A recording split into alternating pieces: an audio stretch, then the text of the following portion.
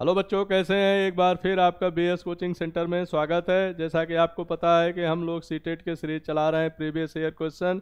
तो आज हम फिर एक नई सीरीज लेकर आए हैं आपके सामने।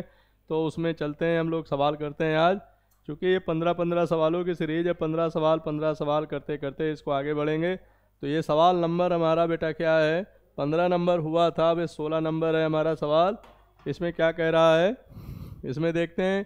एक ईवीएस शिक्षक है और के लिए निम्नलिखित में से कौन सा एक वांछनीय अभ्यास है। मतलब एक ईवीएस शिक्षक अपने बच्चों के लिए कौन सी प्रैक्टिस कर सकते हैं, क्या कर सकते हैं बच्चों के लिए, बच्चों को समझाने के लिए। वही बात आपको इनमें समझाना है आपको। तो देखो क्या कह रहा है ये, इसको समझने का प्रयास करते हैं। तो पहला है विविध कक्षाओं के बाहु सांस्कृतिक आयामों को संबोधित करना। देखो ईवीएस में क्या है, मल्टी डायमेंशनल, मल्टी कल्चरल, बहुत सारी चीज़ों का समावेश है। कोई एक सब्जेक्ट उसमें नहीं पढ़ाया जाता है, बहुत सारे सब्जेक्ट को एक में करके पढ़ाया जाता है। ठीक है, तो पहले देख लेते हैं, ये हो सकता है जवाब इसका। दूसरा है बच्चों को ईवीएस की अवधारणाओं से संबंधित महत्वपूर्ण जानकारी प्रदान करने के लिए प्रोत्साहित करना, ये भी कर सकते हैं। अच्छा, इसमें कौन सा वांछनीय अभ्यास है, कौन इसमें सबसे ज़्यादा बेहतर आंसर हो सकता है? बच्चों को ईवीएस की अवधारणाओं से संबंधित महत्वपूर्ण जानकारी प्रदान करने के लिए प्रोत्साहित करना, प्रोत्साहित कर सकते हैं, बहुत अच्छी बात है। ईवीएस के 6 विषयों की रैखिक व्यवस्था करना, मतलब ये जो हमारे 6 थीम हैं, 6 थीम दिए गए हैं, वो कर लेना। केवल पाठ्य पुस्तकों पर भरोसा करना नहीं, पाठ्य पुस्तकों पर भरोसा नहीं किया जा सकता है, क्योंकि ईवीएस शिक्षक केवल पाठ्य पुस्तक समझाएगा तो बच्चे उसको समझ नहीं पाएंगे। तो बाकी ये 3 ऑप्शन है हमारे पास, इनमें सबसे बेहतर जवाब किसका होगा, या ऐसा कौन सा विकल्प है जिनमें सारे ऑप्शन समाहित हैं? तो ये कह रहा है कि अवधारणाओं, ईवीएस की अवधारणाओं से संबंधित महत्वपूर्ण जानकारी प्रदान करने के लिए प्रोत्साहित करना, वो आपका बेटा पहले वाले ऑप्शन में आ जाएगा। जो सी वाला ऑप्शन है, सी वाला है, वो भी इसी में आ जाएगा, बी वाला भी इसी में आ जाएगा। तो जो विविध कक्षाओं के, ये लिखा है विभिन्न कक्षाओं के बाहु सांस्कृतिक आयामों को संबोधित करना, ये इसका सही विकल्प होगा। क्योंकि ईवीएस में सारे सब्जेक्ट को, सारे थीम को मिला करके क्या बनाया जाता है, एक घोल तैयार किया जाता है। वो उसी घोल को बच्चे को क्या देना है, धीरे धीरे उसको प्रदान करना है। ये तो multi cultural dimension of diverse classroom को क्या करना है, एड्रेस करना है। तो इस तरीके से इसका सही जवाब क्या हो जाएगा बेटा, ऑप्शन ए हो जाएगा। तो पहले सवाल को समझना है, देखना कि ऐसा कौन सा विकल्प है जो सारे विकल्पों को अपने अंदर समाहित कर लेता है। ठीक है, तो इस तरीके से इसको समझना है। अब हम बोलते बेटा अगली क्लास, अगले सवाल पर। अगला सवाल क्या कह रहा है, बच्चों द्वारा ईवीएस में ज्ञान के निर्माण में निम्नलिखित में से कौन सा महत्वपूर्ण है? बच्चों को ज्ञान का निर्माण करना है, रटाना नहीं है। तो क्या क्या कर सकते हैं आप बेटा? एक तो बच्चों की सक्रिय भागीदारी, कोई भी विज्ञान की बातें होंगी तो बच्चों को उसमें पार्टिसिपेट करना बहुत ज़रूरी है। बिल्कुल बच्चे के शामिल किए बिना कैसे करेंगे आप? तो ये कर सकते हैं, बच्चे को शामिल कर सकते हैं आप उसमें। ठीक है, बच्चे को शामिल कर सकते हैं, तो ये क्या हो जाएगा, सही हो जाएगा। बच्चों के समुदाय के सदस्य, बच्चा जहाँ रह रहा है, जिस कम्युनिटी में रह रहा है, जिस परिवार में रह रहा है, उसके समुदाय के सदस्य को भी शामिल करेंगे तो बच्चा क्या होगा, उससे भी सीख जाएगा। तो ये वाला भी हो सकता है, ये वाला भी हो सकता है। ईवीएस की पाठ्य पुस्तकें, क्योंकि ईवीएस की जो पाठ्य पुस्तक है, जो बुक है, उसको भी शामिल करेंगे बच्चे को ज्ञान निर्माण में। ज्ञान के निर्माण में किताब के बिना तो होगा ही नहीं। फिर चौथा ऑप्शन है ईवीएस की पाठ्य पुस्तक में विवरण और परिभाषा। देखो बच्चों को परिभाषा नहीं याद कराना है, एक 3rd क्लास का बच्चा है, 4th क्लास का, उसको परिभाषा नहीं याद कराना बेटा किसी चीज़ का। ठीक है, और विवरण, डिफिनीशन जहाँ बात आ जाएगी वो पॉइंट कमज़ोर हो जाएगा। मैंने बहुत सारे वीडियो में ये बात बताया है कि जहाँ परिभाषा है, जहाँ पर एक्सपेरिमेंट है, जहाँ पर लेक्चर है, जहाँ पर बहुत गूढ़ बातें या डीप स्टडी की बात कर दी जाए, जहाँ पर रटने की बात कर दी जाए, ये सारे पॉइंट क्या करते हैं, उसको कमज़ोर बना देते हैं। ठीक है, तो इस बात को ध्यान रखना है, description and definition given in the text book, ये वाला ऑप्शन क्या होगा, नहीं होगा। तो इस तरीके से ए बी सी तीनों विकल्प होगा। ए बी सी किस में है, इसमें ए और सी है, इसमें केवल सी है, ठीक है, इसमें ए सी डी है। तो डी वाला ऑप्शन जिसमें होगा वो नहीं होगा, तो हमारा लास्ट वाला आंसर हो जाएगा ए बी एंड सी। ठीक है बच्चों, तो एक बार आप ध्यान से देखें, और हमें लग रहा है आपको सारे लोगों की बात समझ में आ रही होगी। ठीक है, तो एकदम क्लियर बात है ये। तो अगले सवाल की तरफ बढ़ते हैं। बच्चों को निम्नलिखित के माध्यम से ईवीएस सीखने में प्रभावी ढंग से शामिल किया जा सकता है। किसी बच्चे को ईवीएस सिखाना है तो आपको कौन कौन से उपाय ढूंढना पड़ेगा। क्या आप रटाएंगे उसे, क्या उसे होमवर्क देंगे, क्या ढेर सारा लिख करके कहेंगे कि इसको फिगर बना के लाओ, घर से समझ के आओ, क्या क्या आप उपाय अपनाएंगे, ये हमसे पूछ रहा है। ठीक है, तो पहला क्या करेंगे, कथाएं सुनाएंगे। हाँ भाई देखो, हमारे घर में आसपास जहाँ भी लोग होते हैं कथा सुनाते हैं, कहानियाँ सुनाते हैं। तो कथाएं सुनाएंगे, नरेटिव सुनाएंगे, कहानियाँ सुनाएंगे बच्चे को सीखने के लिए। शिक्षक द्वारा अवधारणाओं का प्रभावी व्याख्या। प्रभावी व्याख्या का मतलब हो गया effective explanation of concept by the teacher. नहीं, बच्चा लेक्चर नहीं सुन सकता है। आप देखे होंगे कहीं अगर किसी लेक्चर हॉल में जाएं आप, तो आप तो सुन लेंगे, आपको समझ में आ जाएगा, लेकिन जो छोटा बच्चा होगा वो जो है खेलने लगता है, क्योंकि उसको खेल चाहिए। तो खेल खेल में अगर आप उसे समझाते हैं, किसी कोई बात समझाते हैं, कोई चीज़ दिखाते हैं, ऑब्जर्वेशन कराते हैं, तो बच्चा सीख जाएगा। ऐसे व्याख्यात्मक प्रभावी व्याख्या तो बिल्कुल जो है ना के बराबर है बेटा। ठीक है, ये नहीं होगा, ये तो नेगेटिव पॉइंट हो जाएगा। फिर शिक्षक द्वारा अवधारणा का प्रभावी प्रदर्शन और व्याख्या। जहाँ प्रभावी शब्द आ जाएगा वो भी पॉइंट क्या होता है, कमज़ोर हो जाता है बच्चों के लिए। ठीक है, effective demonstration and explanation of concept by the teacher. नहीं बेटा, ये बिल्कुल नहीं होगा। तो आपका देखो ए और बी, कहानी सुनाओ और उनको कथाएं सुनाओ, ये सबसे बेहतर तरीका है प्रभावी ढंग से बच्चों को ईवीएस सिखाने का। आप अपने घर में भी ये प्रयोग कर सकते हैं। एक दिन आप उसके साथ एक्टिविटी करिए, कोई क्रियाकलाप करिए, और एक दिन उसको कहिए कि आप जो है, आपको मैं एक लेक्चर सुनाता हूँ, तो लेक्चर नहीं सुनेगा बच्चा, आपसे कट जाएगा। और जैसे बच्चा कटेगा वो प्रभावी तरीका नहीं हो सकता उसको सिखाने का। ठीक है, उसको ये सिखाने का प्रभावी तरीका बिल्कुल नहीं हो सकता है, इस बात को आप ध्यान देने। तो ए सी डी नहीं होगा, सी एंड डी भी नहीं होगा, ए बी एंड ए भी नहीं होगा। तो हमारा ऑप्शन क्या हो जाएगा, ए एंड बी। ए और बी इसका सही विकल्प हो जाएगा। बात समझ में आ रही बेटा सारे लोगों को? चलो हम अगले सवाल की तरफ बढ़ते हैं। हमारा अगला सवाल क्या कह रहा है, अगला सवाल क्या कहता है, ईवीएस शिक्षक का उद्देश्य जो अपने बच्चों को जानवरों को देखने और स्वयं चित्र बनाने के लिए प्रोत्साहित करता है। आप एक ईवीएस शिक्षक हैं और कोई जानवर है, उस जानवर के बारे में सिखाना है, बताना है, तो आप क्या क्या उपाय अपनाएंगे और बच्चा क्या क्या कर सकता है बताओ भाई। बच्चों की रचनात्मकता का विकास करना, बिल्कुल क्रिएटिविटी कराना है बच्चे को ताकि क्रिएटिव बने वो बच्चा, बिल्कुल सही बात है ये। Creativity, develop creativity of children, ये भी कर सकते हो आप।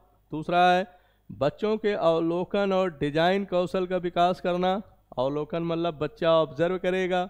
डिज़ाइन स्किल्स ऑफ चिल्ड्रेन, जैसे मान लो आपने कहा ऊँट बनाइए, जैसे उसको ऊँट बनाने के लिए कहोगे उसके दिमाग में बहुत सारे ऑब्जर्वेशन आएगा कि ऊँट कैसे बनाया जाता है, उसमें कोबड़ कहाँ रखना है, उसकी पूँछ कितनी बड़ी रखनी है, उसकी टांगें लंबी लंबी करनी है, उसमें सींग बनाना है कि नहीं बनाना है, कान कितना लंबा करना है, उसका हेड या सिर कितना लंबा करना है, और उसकी गर्दन कितनी लंबी करनी है। जिराफ और ऊँट में फ़र्क उसको समझना है।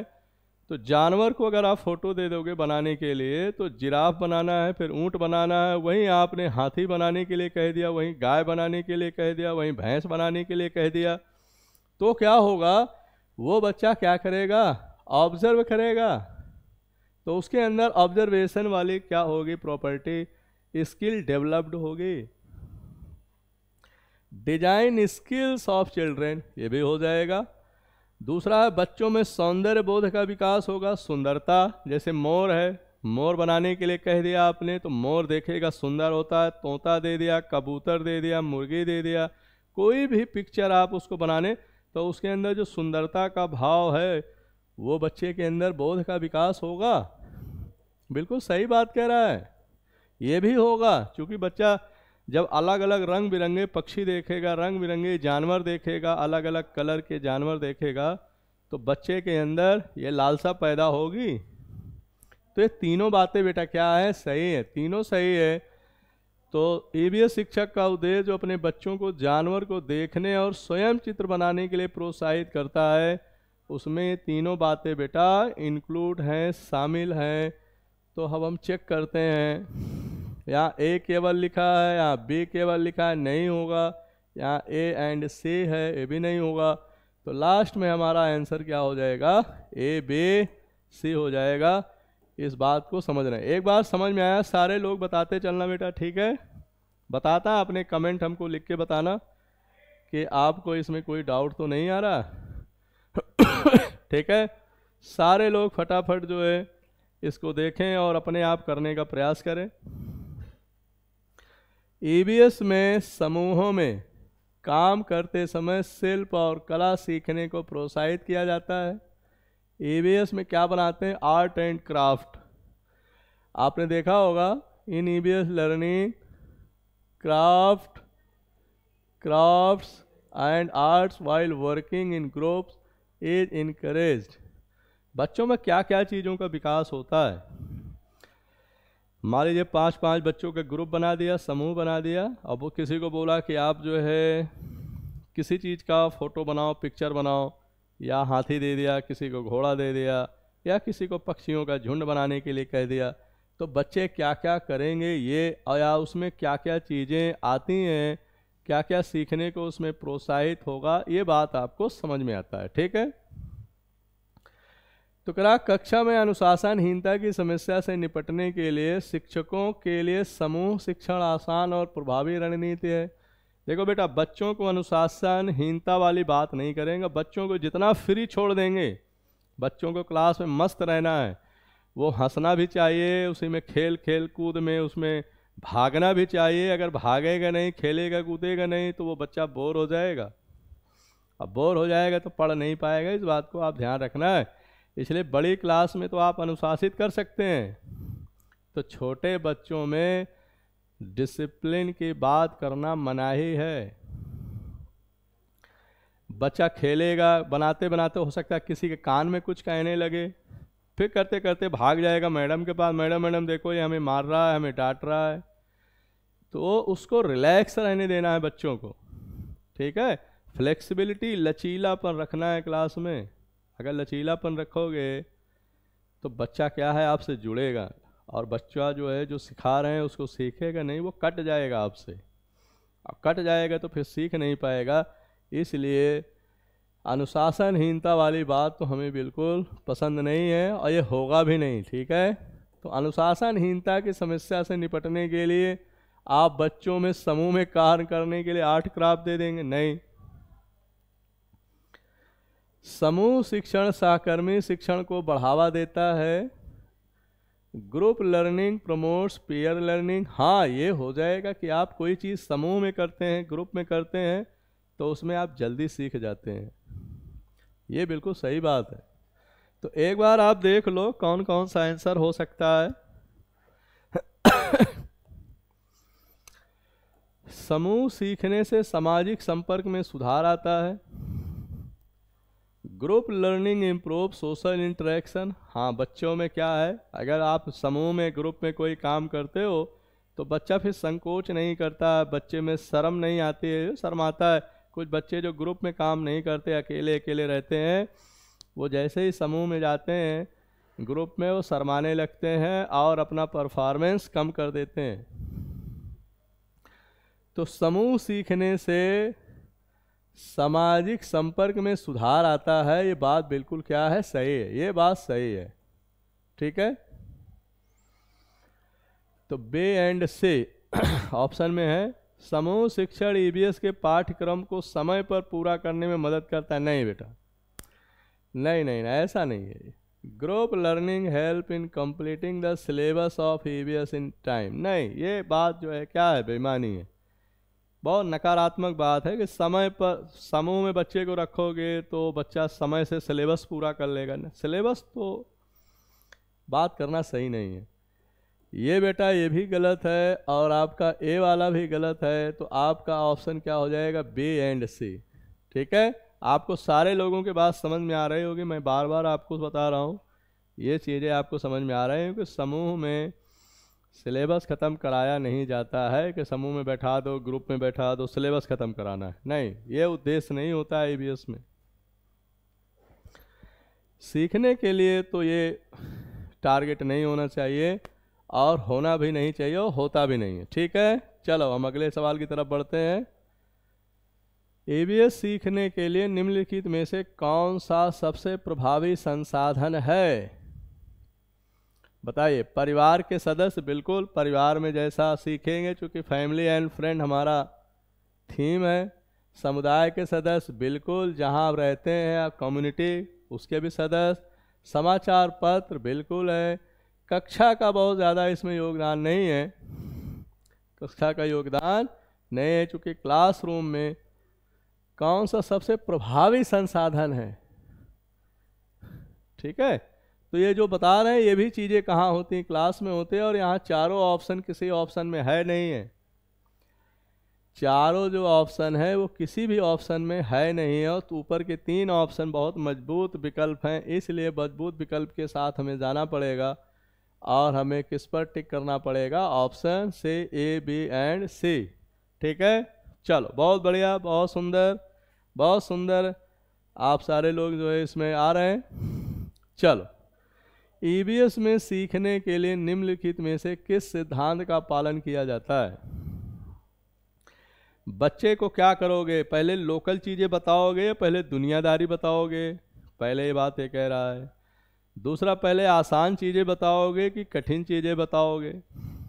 पहले आप क्या, जो बच्चा नहीं जानता उसको बताओगे आप, या जो जानता है उसी को, जो नहीं जानता उसकी तरफ बढ़ेंगे? आप समझो बात को।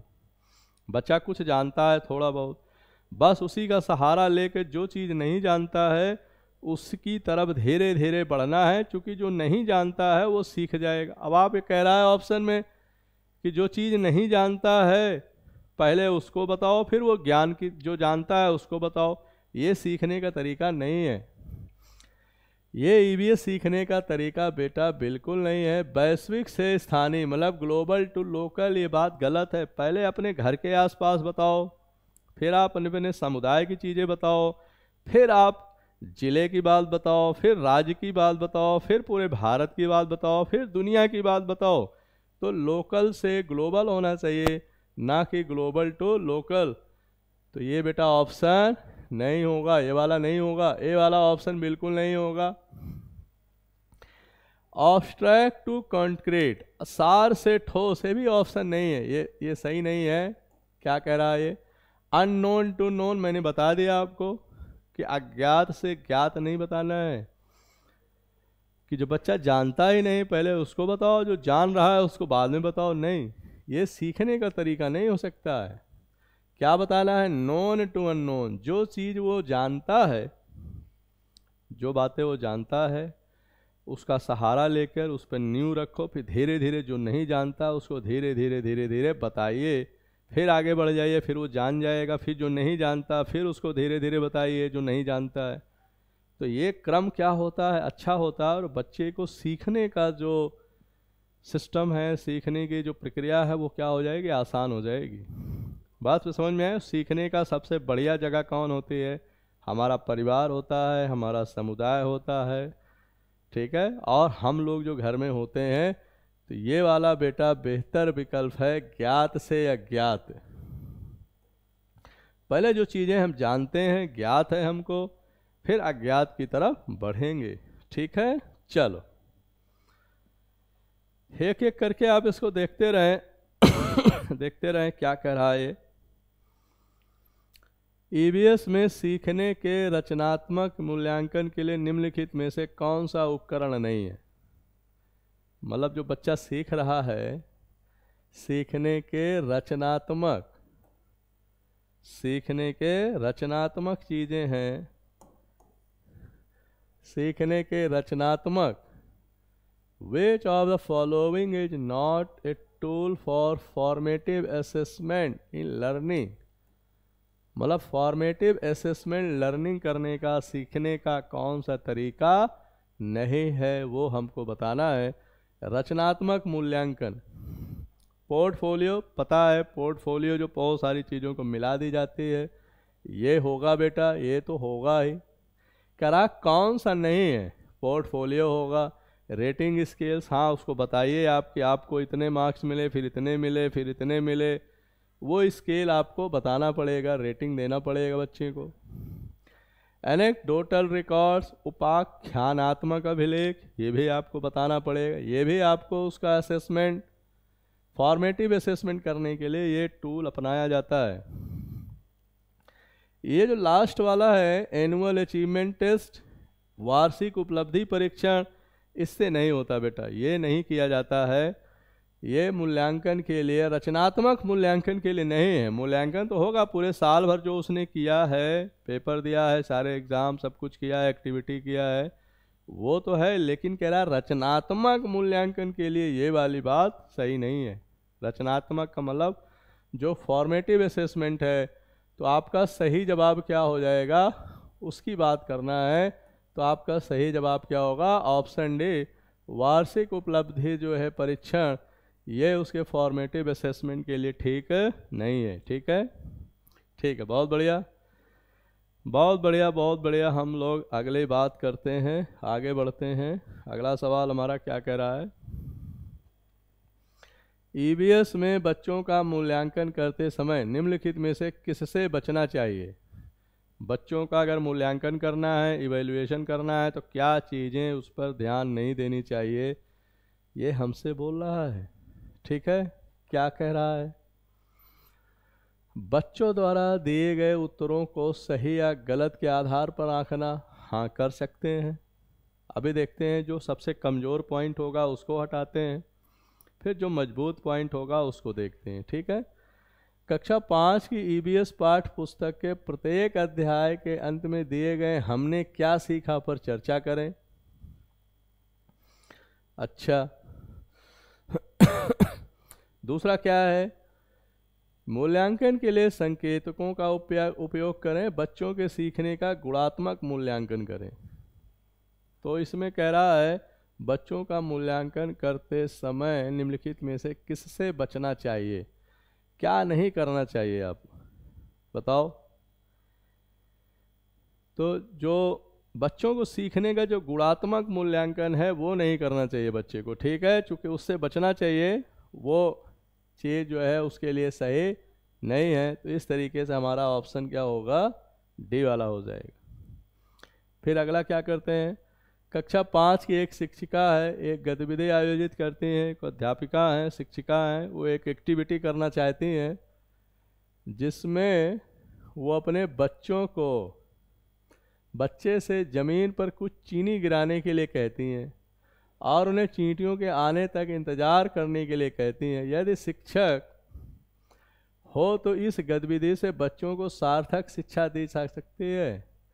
मतलब कह रहे हैं अध्यापिका है, ईवीएस सिखाना है, चीनी जो है ज़मीन पर ऐसे फेंक देना है और बच्चों को कहना है कि भाई आप थोड़ा वेट करो वेट करो, उसको देखो कि चींटी आती हैं या नहीं आती हैं, क्या क्या बातें उसमें बच्चे को सीखने को मिलेगा, वो चीज़ें आपको यहाँ पर समझना है। तो पहला जो कह रहा है विकल्प, अपने बच्चे को गतिविधि देखने के लिए प्रोत्साहित करता है। चीनी डाल देंगे आप। तो पहले देखते हैं क्या नहीं करना चाहिए। Encourage his children to observe the activity. ठीक है, encourage his her children to share their experience. अब फिर सी वाला क्या कह रहा है, encourage her his children to observe share their experiences followed by discussion on the activity. फिर लास्ट वाला क्या कह रहा है, encourage his her children to answer the questions at their home related the activity. घर पर, अपने घर पर सवालों का जवाब देने के लिए प्रोत्साहित किया। तो घर वाली बात नहीं होगी, क्योंकि वो शिक्षिका अपने क्लासरूम में ये काम करा रही है। तो बताओ बेटा, अगर आप ए करते हो तो अधूरी बात हो जाएगी। हाँ, ये करेगा कि चिल्ड्रन ऑब्जर्व करेगा अपनी एक्टिविटी पर। बी वाला भी करेगा कि चिल्ड्रन शेयर देयर एक्सपीरियंस, अपने अनुभव को क्या करेगा, साझा करेगा कि चींटी आई कि नहीं आई, चींटी कितनी देर में आई, हो सकता है घड़ी भी लगा के बैठ जाओ। लेकिन जो आपका सी वाला ऑप्शन है, सी वाले ऑप्शन में बेटा सब कुछ आ गया। पहला ऑप्शन भी समाहित हो गया, दूसरा वाला भी हो गया। पहले में क्या है, अवलोकन करना, अपने अनुभव को साझा करना, ठीक, और चर्चा करना। तो सारी बातें क्या होगी इसमें, सारी बातें इसमें कौन वाला बात है, समाहित हो जाएगी। इनकरेज, इनकरेज तीनों में लिखा है, ए बी सी में तीनों में लिखा है, लेकिन किस में ज़्यादा लिखा है वो आपको समझना है। हाँ, चारों में लिखा है, sorry. Observe, share their experiences followed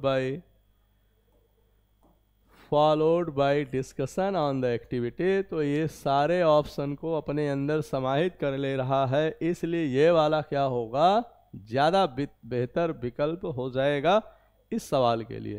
कि वो चीनी गिरा देती है तो बच्चा उसको देखेगा, अवलोकन करेगा, फिर शेयर करेगा, फिर अनुभव करेगा, फिर उस पर डिस्कशन करेगा। तो ये वाला सबको समाहित कर लेता है, ए बी डी वाले तीनों को। इस तरीके से हमारा ये आंसर सी वाला ज़्यादा बेहतर हो जाएगा। चलो, निम्नलिखित सूची पर विचार करें। कछुआ, मगरमच्छ, कौवा, बतख, मछली, इस सूची में निम्नलिखित में से कौन अन्य से भिन्न है। तो ये तो बहुत आसान सवाल है। कौन एक दूसरे से क्या है, तीन एक जैसे हैं और एक क्या है, उससे भिन्न है। तो मछली भैया, रहने के आधार पर मछली पानी में रहती है, बहुत सही। मगरमच्छ भी पानी में रहता है, कछुआ भी पानी में रहती है। कौवा जो है पानी में नहीं रहते, कौवा उड़ता है, कौवा ज़मीन पे रहता है, इसलिए क्या हो जाएगा, सबसे भिन्न हो जाएगा। ठीक, बिल्कुल, बहुत सही। आपको ये समझ में आ गया? बिल्कुल, सारे लोग इसको देखते रहें। चलो, ये बताना है 27 नंबर। ये शहर दिया हुआ है हमारे पास, शहर है, और उस शहर से संबंधित कौन सी चीज़ कहाँ खाई जाती है कौन सी चीज़ खाई जाती है, उस पर विचार करना है। तो ये सिटी है, शहर है, हांगकांग है, केरला है, कश्मीर है, गोवा है, चार इधर हो गए। तो यहाँ क्या लिखा है हिंदी में, सबसे ज़्यादा पसंद किया जाने वाला भोजन किसी भी करी के साथ उबला हुआ टेपियोका। टेपियोका मैंने बताया था आपको, एक प्रकार का ज़मीन में होने वाला एक प्रकार का पदार्थ है, मतलब नेचुरल है ये। सरसों के तेल में पकी हुई मछली, फ्राई की हुई मछली, नारियल के तेल में पकाई गई समुद्री मछली, फिर क्या कह रहा है, छोले भटूरे और पके हुए सांप। तो छोले भटूरे तो आपको दिल्ली में सबसे ज़्यादा देखने को मिलते हैं, दिल्ली ऑप्शन में है नहीं, तो इसलिए हम देखते हैं हांगकांग।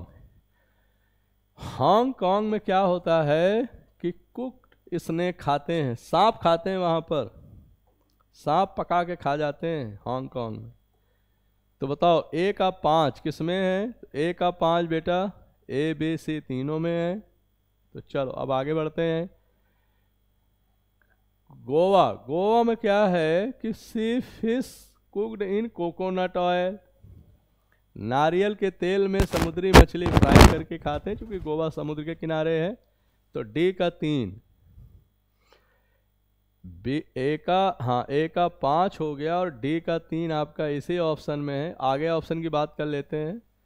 कश्मीर में क्या है, केरला में क्या है, बॉयल्ड टेपियोका विद एनी करी, और कश्मीर में क्या है, fish cooked in mustard oil. तो सी का 2, सी का 2 है, डी का 3 है, बी का 1 है और ए का 5 है। तो हमारा ऑप्शन क्या हो जाएगा? बी वाला सही आंसर हो जाएगा। ठीक है, बहुत सही। तो ये एनसीईआरटी में दिया हुआ है, अगर आप इसे देखें, भोजन वाला जो चैप्टर है ना, भोजन थीम है, फूड, तो उनमें ये आपको मिल जाएगा कहाँ पर कौन से खाना पसंद है या कहाँ पर कौन से खाने की चर्चा ज़्यादा होती है, कौन सा फेमस है। बहुत बढ़िया सवाल। इस पक्षी को देख रहे होंगे आप, पहचान भी रहे होंगे पक्षी कौन सा है। तो एक बार बताएं सारे लोग, ये पक्षी कौन सा है? निम्नलिखित में से कौन सी पक्षी की प्रजाति अपनी गर्दन झटके से आगे पीछे करती है? झटके से मतलब ऐसे बिल्कुल झटके से आगे पीछे कर लेती है। वो है उल्लू, कौवा, बारबेट और मैना। तो एक बार बताइए, मैं बता रहा हूँ आपको, मैना इसका क्या होगा? सही जवाब हो जाएगा। मैना ऐसा करती है, झटके से अपने गर्दन को आगे पीछे करती है। तो ये हमारा हो गया जवाब इसका। चलो इस वाले को देखते हैं। यहाँ पर हमारे पास कई ऑप्शन हैं।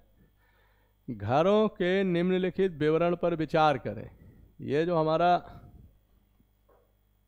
शेल्टर है, शेल्टर थीम है, इसके अंतर्गत आता है। ये जो 6 थीम दी हुई हैं, उन्हीं 6 थीम पर ये सवाल बार बार आते हैं। तो जो शेल्टर या आवास हमारा थीम है, उससे ये रिलेटेड सवाल है। मैं आपको थीम और सवाल दोनों लिंक करा दे रहा हूँ ताकि आपको वो बात क्लियर हो जाए और आप जाके उस चैप्टर में उस चीज़ को देखें, आपको तुरंत आंसर मिल जाएगा उसका। देखो क्या कह रहा है। राजस्थान में ग्रामीण कटीली झाड़ियों की छत वाले मिट्टी के घरों में रहते हैं। बिल्कुल सही बात है, कटीली झाड़ियाँ होती हैं उनके यहाँ। दूसरा है, मनाली हिमाचल प्रदेश में बांस के खंभों पर घर बनाए जाते हैं। नहीं, बांस के खंभों पर घर बनाए जाते हैं असम में, क्योंकि वहाँ बाढ़ आ जाती है तो घर डूब जाते हैं। इसलिए घर से डूबने के लिए 3 से 4 मीटर ऊंचा घर बनाया जाता है और बांस के उसमें खंभे लगा दिए जाते हैं ताकि बाढ़ आए तो अचानक पता चला रात में बाढ़ आ गई, पता ही नहीं चला, सब बह गए उसी में, गाय भैंस बकरी सब लेके, घर द्वार सब बह गया, बच्चे भी बह गए उसी में। तो इससे बचने के लिए कि हमें वार्निंग मिल जाए तो घर थोड़ा ऊंचाई पर बनाते हैं। अब देख लीजिए, बी ऑप्शन जिसमें नहीं है वही आंसर है। यहाँ भी बी है तो ये वाला नहीं होगा, ये वाला भी नहीं होगा, तो ऑप्शन सी और डी में कोई हो सकता है। तो आगे क्या बात करते हैं। लेह में 2 मंजिल के घर पत्थरों से बने होते हैं। समूह का फर्श जानवरों के लिए और आवश्यक चीज़ों के भंडारण के लिए होता है। तो एक बार देखते हैं कौन कौन ऑप्शन सही है। तो ये वाला भी सही है। तो ए और सी, तो आपको ए एंड सी ऑप्शन इसमें देखने को मिल रहा है, ऑप्शन नंबर सी में। ठीक है, चलो बहुत बढ़िया। अब हम आज का आखिरी सवाल की बात करते हैं। ये सवाल रिपीटेड है। मैंने आपसे क्या बोला कि अगर आप सीटेट के जो अभी तक के जो प्रीवियस ईयर सवाल हैं, इसको अगर आप वीडियो में सारा देख लेंगे तो आपको बता रहे हैं 30 में 15-16 नंबर तो ऐसे सवाल ऐसे होंगे जो रिपीटेड होंगे। हर बार रिपीट होता है सवाल, हर बार सवाल रिपीट होता है, इस बात को ध्यान देना है। तो क्या कह रहा है ये, हाथियों के बारे में निम्नलिखित कथनों पर विचार करें। हाथी बहुत आराम नहीं करते, वो एक दिन में केवल 2 से 4 घंटे सोते हैं। ये सही बात है। ये बात क्या है बेटा, सही है। एक वयस्क हाथी एक दिन में 200 किलोग्राम से अधिक पत्तियां और टहनियां खा सकता है। बिल्कुल, का लगभग 300 किलोग्राम तक खा सकता है। फिर आगे क्या कर रहा है, उन्हें मिट्टी और पानी से खेलना पसंद है। मिट्टी उनकी त्वचा को ठंडा रखता है। हाँ बिल्कुल सही बात। एक बार देखो क्या हो रहा है। क्या है, सारे ऑप्शन एक ही में है या अलग अलग है? तो देखो, बी वाला, सी वाला और डी वाला, बी सी डी तो पक्का है। तो आपको देखो इसमें चारों ऑप्शन तो हो गए नहीं सकते क्योंकि ऑप्शन में भी नहीं है। और हाथियों के झुंड में सबसे उम्र दराज मादा हाथी सब कुछ तय करता है। जो लीडर होता है वो मादा हाथी होता है। तो तो आपका ए वाला आंसर इसमें नहीं मिलेगा, चूँकि ए बी सी डी कोई है नहीं, तो आपका ए ऑप्शन क्या कट जाएगा। तो आप देखें एक बार, बी सी डी आपका क्या हो जाएगा, सही जवाब हो जाएगा। ठीक है बेटा, इस तरीके से हमारा ये सवाल पूरा हुआ और हमें उम्मीद है आपको ये बहुत अच्छा लगेगा। तो एक बार फिर आपसे कहते हैं इसको शेयर करें ज़्यादा से ज़्यादा और लाइक कमेंट करें। तब तक के लिए सब लोगों को धन्यवाद।